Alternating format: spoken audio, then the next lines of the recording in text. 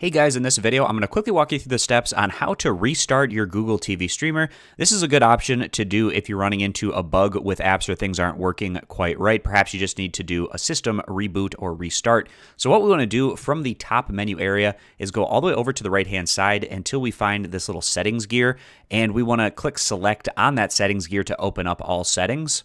Then from our settings page, what we want to do is scroll down until we get to where it says system.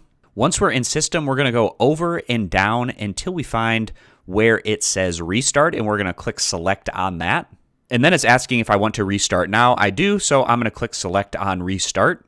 Then it's going to turn off and restart our Google TV streamer. So this shouldn't take too long. It's just going to reboot your device, and eventually it'll boot up back to the home screen. So this is how you go about restarting your Google TV streamer. I hope this quick tutorial was helpful. I appreciate you guys stopping by. Consider subscribing to the YouTube channel, and I'll see you back here next time.